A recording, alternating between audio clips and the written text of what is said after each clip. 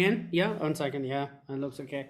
I have bad hair day today, but let's begin. Okay, It's all I'll good. I'll begin in 3, 2, 1. How's it going, guys? This is Gaurav Dev with another episode of Scientific Dialogue. After a long time, today we are here to compensate that with a great guest, Sir Bilal Hameed, who has helped set up 3 schools, is working on an education platform online, and also is working on different projects. We'll be talking about all of them, but also about his experience and his perspectives about the education industry in Pakistan specifically. So, Sir Bilal, how are you doing? I'm doing great, Danny. How are you doing? I'm good too. I'm good. So, sir, starting off, I firstly want to talk about your background. You have a degree in Yeah. computer science and chemistry. I'm seeing this growing trend in not just in Pakistan but around the world that people are going towards interdisciplinary approaches towards subjects. For example, physics and computer science and chemistry, yeah, for math and physics. Why do you think Hmm. this is the growing trend? I think for any human being, I think being defined by just one thing is not, it's stifling. You see, in your father's and my father's generation or their grandparents' generation, things didn't change in one generation. We are right now seeing changes within a generation. We've seen things that would take generations to change, changing in literally 5 years, 10 years. So, first of all, it's a smart move to always be either looking at double majors or a major or minor or two, at least two areas, if not more. I think interdisciplinary is the way forward if you want to be future proof, or at least actually nothing can be future proof, but if you definitely want to be prepared for a very fast changing future. So work wise, it's important. And I think what's also more important is that it makes you think differently, especially if your two areas of focus are very different from each other. For me, for example, I did mention I also did chemistry, computer science, and I also did Middle Eastern studies, which was the history and religion and cultures of the Middle East. That was a very different perspective to computer science or chemistry. And I felt that all these small things add up to a world view that we can see things by. You also become faster at decision making also, I feel, because you've studied in a chaos. You have done things which are not at all linked. So whenever I see a student at A levels or O levels who's doing literature with physics, chemistry, bio, I feel that that person is bound to have a step up versus others. Like they will have to deliver on that, but they're giving themselves an extra boost. And I think for work, for life, for everything, it just makes you a better human being. You don't have to have a degree for it to be interdisciplinary. You can have a degree that's only one, but you can develop core interest in a complete different area which doesn't have a degree. And that's fine also. It's an internal thing that you have to figure out. Like, for example, you can be computer science doing computer science and you might like digital art of comic books. So you can pursue that passion without having a degree, because nowadays I don't even think people need a degree anymore, by the way. So you can literally do different things, and you don't need to study that much for each particular passion. You can give it a few hours a day and you can do multiple things in a day instead of wasting time outside just doing nothing really, you know. So Okay. that's my outlook on interdisciplinary. I think it's definitely useful, and it's future proofing yourself. Since you've been teaching chemistry for a long time, I suppose more than 1.5 decade or so, why do you think that people don't pursue chemistry, like pure chemistry, in the future? I think it's the perception and the sexiness of it. I think physics is by seen as for and this is a very South Asia thing. I think the gentlemen, the males, tend towards physics and math because they find engineering sexy, and engineering is really mainly physics, right? Yes, there is some chemistry, but it's mainly physics. It's what they see, it's what they are told. And obviously, also growing up, we like using tools and tinkering with things. So that's really engineering. So if you're thinking about engineering, that's where you tend towards physics. And the other argument is those who want to be doctors. They think biology is the game, though for that they need chemistry also. So pure chemistry doesn't get too much love. Now there are multiple reasons for it. I don't think our industry does a great job of selling chemistry. Like if you look at the Pakistani Stock Exchange, there are more firms that are based on chemistry than they are based on engineering. All of the pharmaceutical industry is really what? Chemistry, pharmacology, pharmaceutical industry, plastics, food. I mean, all Engro keep multiple, you could say, divisions. All of them are selling products based in chemistry. Yes, they also have engineering in their factories and all that, but I don't think our you could say leaders do a good job of selling the need for chemistry. That's one. The second thing is, since most men like to do things by their hand, I think the teachers also tend to uh, respect physics more than chemistry. And whenever I tell people I'm a chemistry teacher, everybody says this, oh, you know what, it was the trickiest subject in my school. I didn't like it, I never got it. Yes, you get one or two who love chemistry, but that's only one or two. And so I know I can't beat that, because you cannot force a kid to start liking something that they used to hate it. Especially the hate comes from what they learn in O levels. Most of the time, they're rote learning chemistry, and they find this chemistry is not the same as thinking about science. They find physics more intuitive. Though chemistry is also intuitive, it's how it's taught that becomes a problem. So that's really the main problem. So selling it and both teaching it, both are not doing the job well. It is the most. I think we use chemistry in our daily lives on very often. Biology in biochemistry also is chemistry. Knowing about how hormones in your body interact, what foods you eat, all of that is chemistry. But we just don't. We're not taught it like a very useful way. Solubility, clothing, dry fit clothes, all the industry that's out there is all chemistry. But we don't make it very practical for the kid. The kid can see gravity. The student can see friction every day. They know ice, you'll slip on it. So they can relate to physics concepts every day, but nobody has made the relationship of chemistry into everyday life as well for them. So this doesn't fascinate them. They think it's molecules and it's formulae and that's it. Though it's a very real thing that they have to deal with everyday life. I So that's a think, problem on both selling the product, basically. It's a marketing problem, if yeah, you ask me. The brand yeah, is not marketed, the chemistry brand is not marketed well. I think I get your point, and that's where Sir Bilal fits in and fills that gap. So, sir, Yeah. want to ask you something. For me Hmm. personally, my personality hasn't just been developed through books, yeah, per my experiences. It has also been developed through the teachers I've met, the mentors I've had, and the conversations I've had with them. Sir, don't you think that online education limits that process and limits the role of a teacher in a student's life? So you see, I think at this point we should define what you and I mean by online education. You see, people in Pakistan right now, especially, think of online education as exactly what we're doing. Getting on a Zoom call, the teacher explaining, I have to type out my question, or the teacher has to unmute my mic, I have to speak, he can see my actions, all of that stuff. This is obviously not what I define as online education. What I'm trying to achieve is not this. I mean, this is right now. If I have to teach kids in another country, Zoom is great. But obviously, the best experience is in a classroom. But you see, it's like telling somebody, like, let's say you say right now, yeah, you know what? I'm a kid. I don't have money. I want to travel, at least on the roads. I want to buy myself a bicycle because I can afford a bicycle. I can buy a Chinese or a Pakistani made bicycle.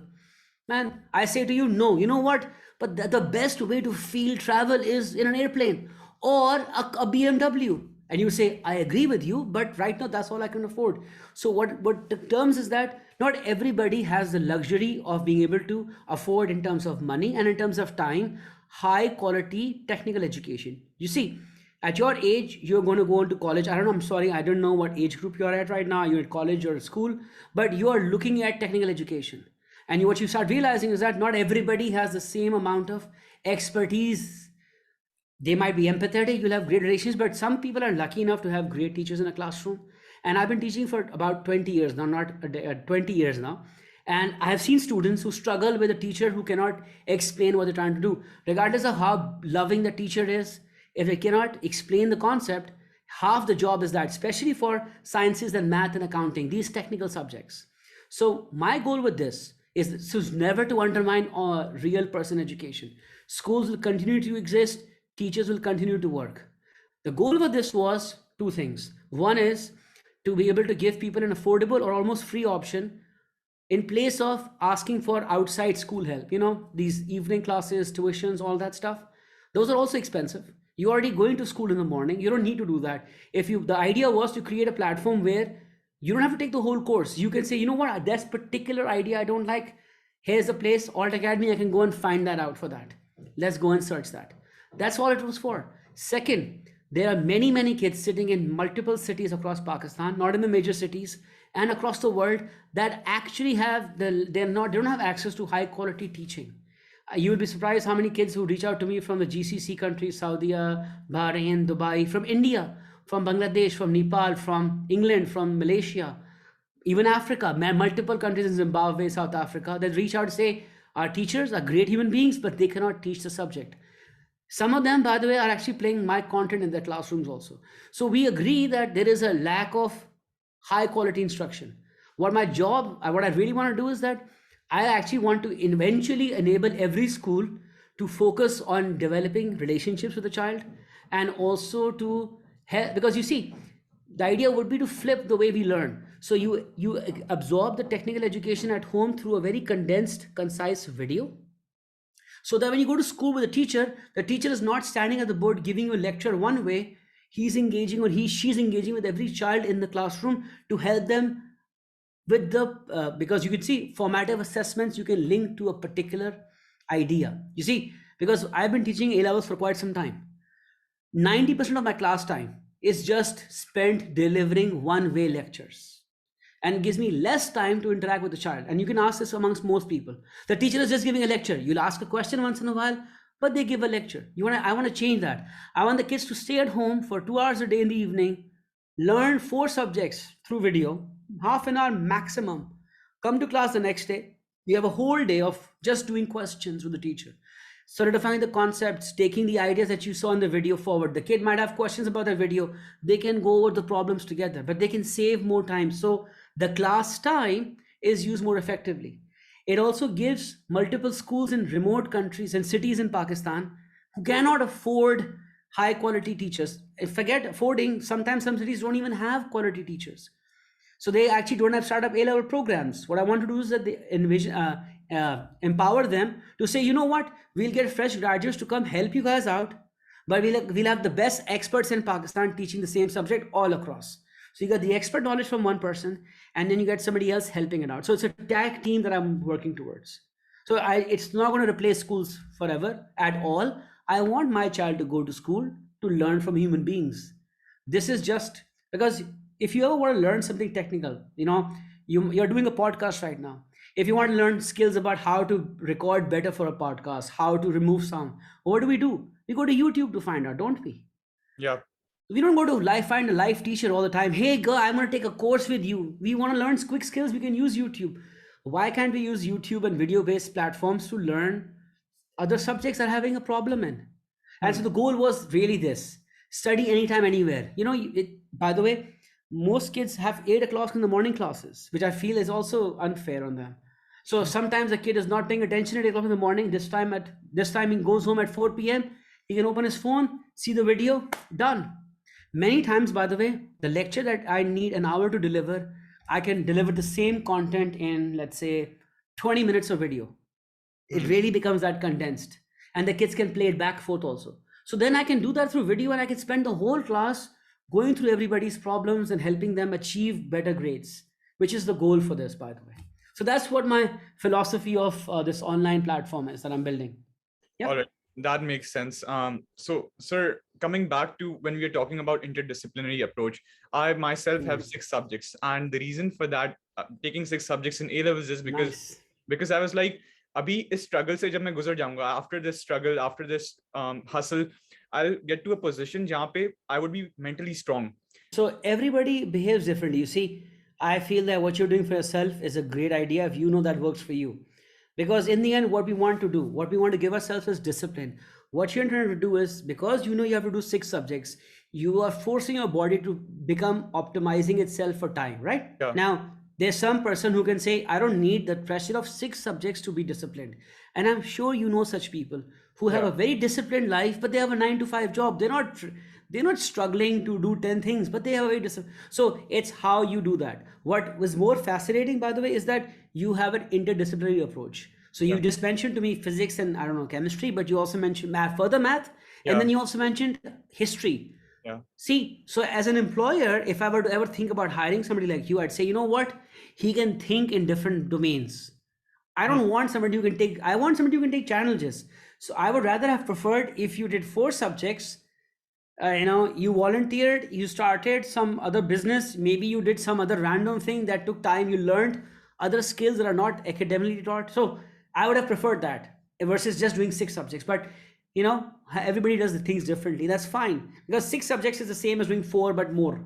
Sometimes you don't have to do more of the same, you have to do things differently. But I'm glad that you at least talked about history. That's important. So things like that, they open up your way of thinking about patterns differently. That's what's needed.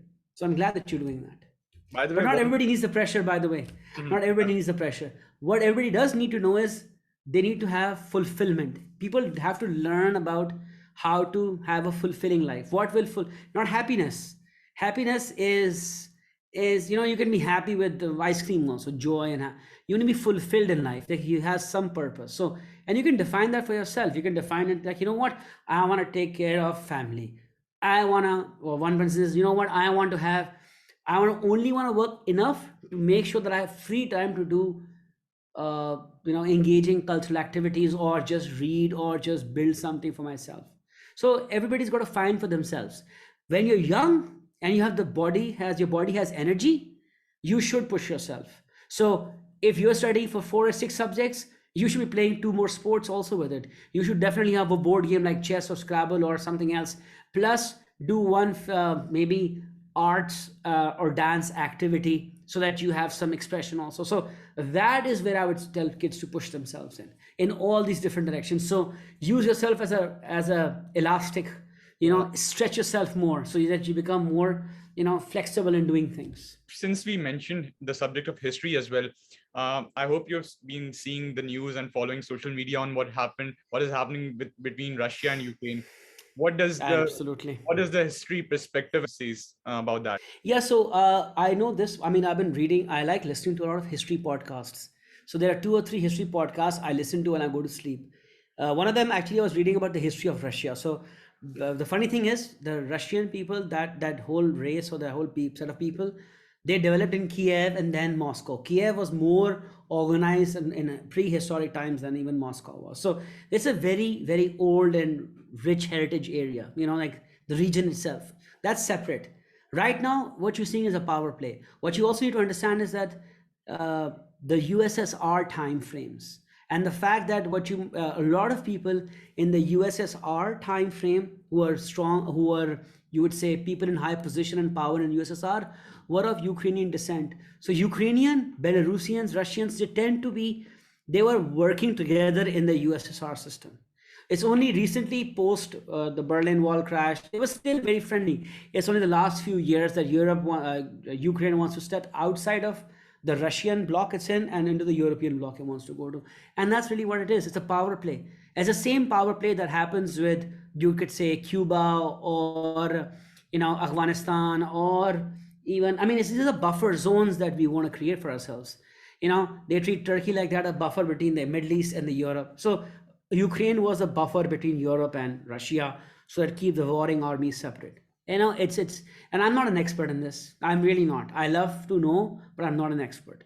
But it's just being more played out negatively because Ukraine is, and let's call it what it is. It's white, it's European, they want to be European, they are Christian, they drink. So now they are a different kind of refugee. They're fighting back. We've had the same problem in Afghanistan, Iraq, nobody cared. But the occupying territories were America in those countries. Think about it. The people who attacked 9/11, they were not from Afghanistan, by the way. Most of them were from Saudi Arabia. Nothing happened to those guys. It's Iraq and Afghanistan. So it's always something or the other. Ukraine has strategic positions. They have mineral reserves. I think they have gas reserves also. On the other hand, Afghanistan had minerals. Iraq has gas, petrol. So there's always an angle for everybody. It's how you spin it. So it's a power play when America does it. It's a power play when Russia does it. It's the same power play done by different countries. So I'm in no position to tell Russia to do what to do. Neither I, like, they'll do whatever they want. If the world really cares, they will start another world war. If they don't care, they'll let Russia do what they want to do. So, is that. It's all, I mean, it's something new, and we should not call it exciting, but it's going to be fundamental changes will come about because of this. You never, it'll be good for the, maybe good or bad for the region. I have no idea.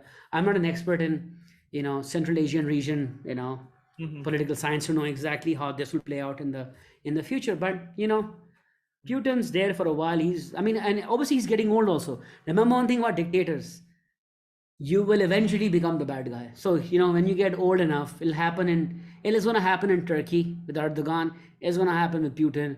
With age and time, your ego becomes larger while your mental capacity becomes diminished. So, there's a time where you will fail. And maybe this is the time for him. Who knows? I don't know. I know this much. I've been to Russia and I love that place, man. I'm sure Ukraine is a fun place also, but I just like Russia.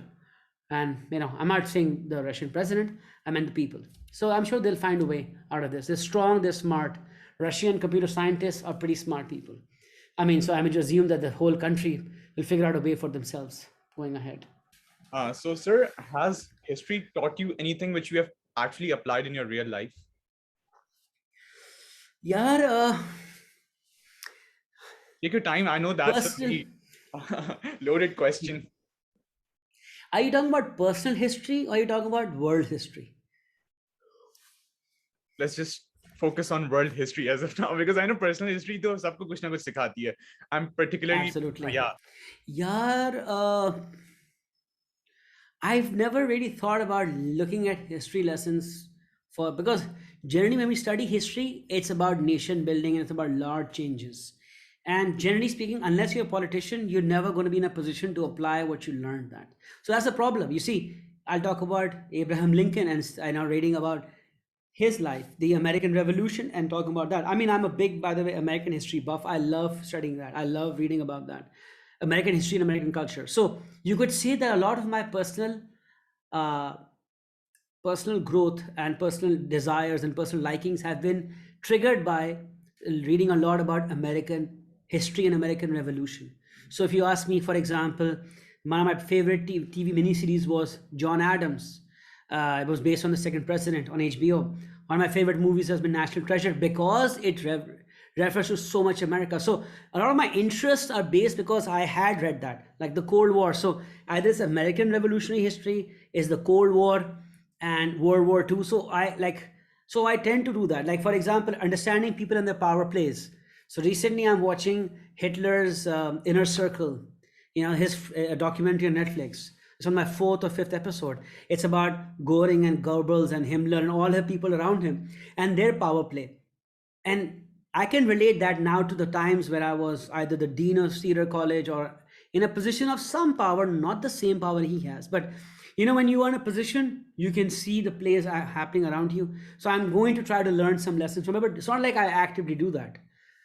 But ये होता है कि yes, I let history influence what I like. So if you ask me to pick up a movie I like spy movies because of my that. So yes, so I can, for example, because of that idea of the Cold War, then it trickling into spies, has made me appreciate deductive reasoning. So many times when I'm trying to read people, I'll read a lot about them from what they say and how they say it, and that triggers from liking history and understanding, trying to understand basically MI6 versus CIA, and then subtleties because of that. So Mm. the history has been a big influence on my tastes and what I like.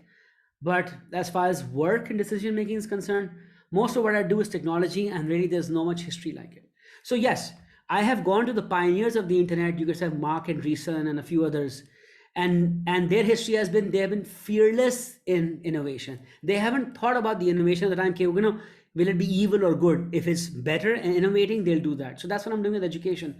I don't know where this alt academy and this online education will go. It might put me out of business as a teacher because I've earned a living going to schools. But I'm willing to risk it because the history has taught me if I don't innovate, somebody else will. And history is always written about the people who succeeded, but there are so many people who could have succeeded but didn't try. So I've always, that's what I learned also. Never be the second guy who invents something, or a guy who said, hey, I could have done that. No, history has taught us that people who make big decisions succeed. You don't always succeed, but you got to take big decisions. Decisions move on. And that's something how I like to follow my life. That makes sense. Yeah. One of the good things about talking to you is that You mentioned so many things that it leads to even more questions. And one of the questions I want to ask is that Yes. since you mentioned Cedar College and your position of being the dean of Cedar College, so my question was that, since, see, if you see Nixer, it's just concentrated in one campus. If you see Scepter, it's concentrated in one campus. Why is Cedar trying to build different campuses? Because according to me, as far as my perspective is concerned, making more branches and different campuses just loses efficiency from your work. What do you think of this? First of all, let me be very clear. I'm no longer the dean at Cedar, so Hmm. I would have not made these decisions. So I'm not party to these decisions. They were taken without. I'm not party to them. Yeah. So if see, as an A level school, I feel there should be only one campus. The other problem is, by the way, the problem is that if you think about the utilitarian concept, if you have one campus, you are forcing 1,000 students in Karachi to travel almost an hour each way to come. But if you open satellite campuses across the city, you let the teachers move across. But you see, it's all about the approach. Are you worried most about the teacher teaching in the classroom? Then you do the multiple campus, move the teacher to the classroom, teach. But if you want to create a holistic environment where kids grow together and everybody's involved, then I take the one campus approach, and then I would agree with you that you should have one campus. But I'm not in that decision to agree or disagree. They will do what they would like to do, and their philosophy is, okay, we want to give us to more students who can't travel to one campus, so they're going to other campuses. So everybody has their own philosophy, but yes, obviously there are pros and cons together. So if you move to more campuses, more students who didn't have access to you can come to your classes. But yes, the two campuses or multiple campuses don't have the same connectedness as one campus does, so you lose out on many other things. I agree with you there. Okay. And sir, just want to ask you something else as well. Don't you think that every person has a shelf life? For example, you being for example, the best chemistry teacher in Pakistan, this won't sustain in the next 10 years. Maybe someone else will replace you. Not just the technology itself, but some other person. For example, Amitabh Bachchan Absolutely. had a time until which he was at peak. Shah Rukh Khan had his peak time. Same as Sir Yes, Bilal yes, Hameed would have his peak time, and then obviously, completely agreed. Okay, so I've never really paid attention to the competition, because I'll tell you the reason. Because I realized that I was my best competitor. So and this is not something that I'm saying because, hey, it sounds sexy and cool. I'm saying it because I always wanted to outbeat myself what I was last year. And when I stopped doing that, and there was a time, 2, 3 years, when I was running Cedar, also when I was the dean at then Cedar, I could also not teach properly. So the teaching was affected. And that's what people can sustain. We see the sustainability comes from only spending as much energy as you can live a normal life. I know people teach 12, 15 hours a day. It'll take a toll on their body. You cannot sustain that lifestyle for 30 years. I've been teaching for 20 years. And obviously, a human being does have 30 to 40 years of work life, but this in front of the screen doing a job, that best cannot be always the best. So I always try to look for doing other things along with teaching, so that I'm not pegged on one thing. For example, I know that right now I'm at the height of some quality that I can make. So I've been making a lot of video content. I mean, you know me as a chem teacher, but I can teach multiple subjects. So I've decided to take some time to make other videos for other subjects also, and as my way of putting it out in the community, and then seeing where this project takes us. This project might kick off into other spin-off projects. Who knows? I really don't think I'll be teaching for the next 10 years. It's not possible, right? And you're right. You can't see. You're going to be the best, but one day you're going to fall. Either you can fall on your own terms or somebody else kicks you off. I don't like somebody else kicking me off. I like leaving things on my own terms, just like a good athlete would, right? Or Federer or Nadal or any of these guys. So there will be a time, I agree. I've seen too many teachers become nobodies when people don't care about them. So I want to do something else as a sustainable business, so that I can keep generating some, ways of living, means of living in life, without having to worry about trying to be the best. What I've done is I've tried to stop teaching too much. So over the years, started from 8 hours a day to 6. Now I teach only 4 hours a day. Yeah, that's it. And if you do it enough and just enough, you can sustain a life and not overwork yourself, and you can still keep it. Then I have the time to innovate. So if anybody else, like for example, if you keep innovating, you can keep pushing. Like look at Federer and Nadal. For Nadal won the Australian Open right now. He's 34. He's still at it, right? So my point is, if you give yourself more time, you can actually keep innovating and push your end date to a later time also. So that's all I'm trying to do right now. But with these projects, that's the goal. The projects will then live on beyond when I'm stopped teaching or I'm dead, basically. Yeah, but you see, I think that if you're talking about the cross pollination of ideas, the schools, like if you talk about universities in America, they don't just make a common room. What they then do is in a hallway they'll call in a philosopher one week. They'll call in a graphics artist another week. They will, what we say the word in chemistry, they will catalyze conversations.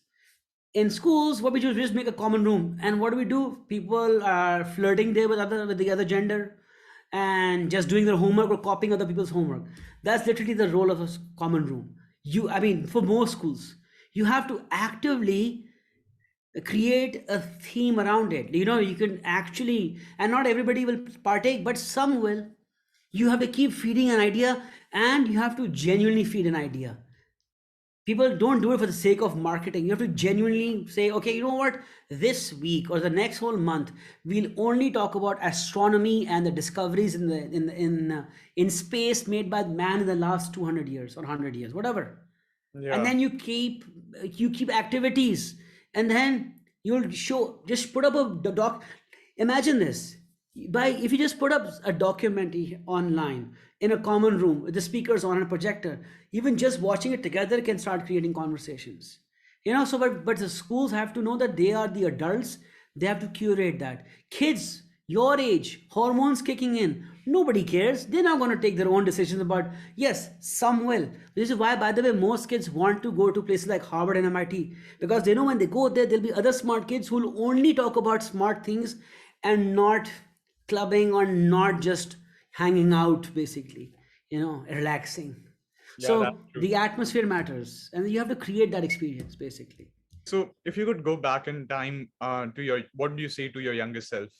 Just one piece of advice. What would I say to my younger self would be to waste less time on the computer in what or any screen, and experience the day more, experience life more, experience the places you have newly been to. I didn't. My regret was when I was in college in New York, I didn't explore it as much as I would have liked to. Like, honestly speaking, I'll tell you something that happened today. It's very strange. I don't remember my dreams. I'll probably remember one or two dreams a year. That's it. And you could see I don't have dreams. But whenever I've dreamt in the last two, three times or four times, there's only one dream, which is me trying to land in New York and explore New York, which tells me that that's what I've been wanting to do for so long.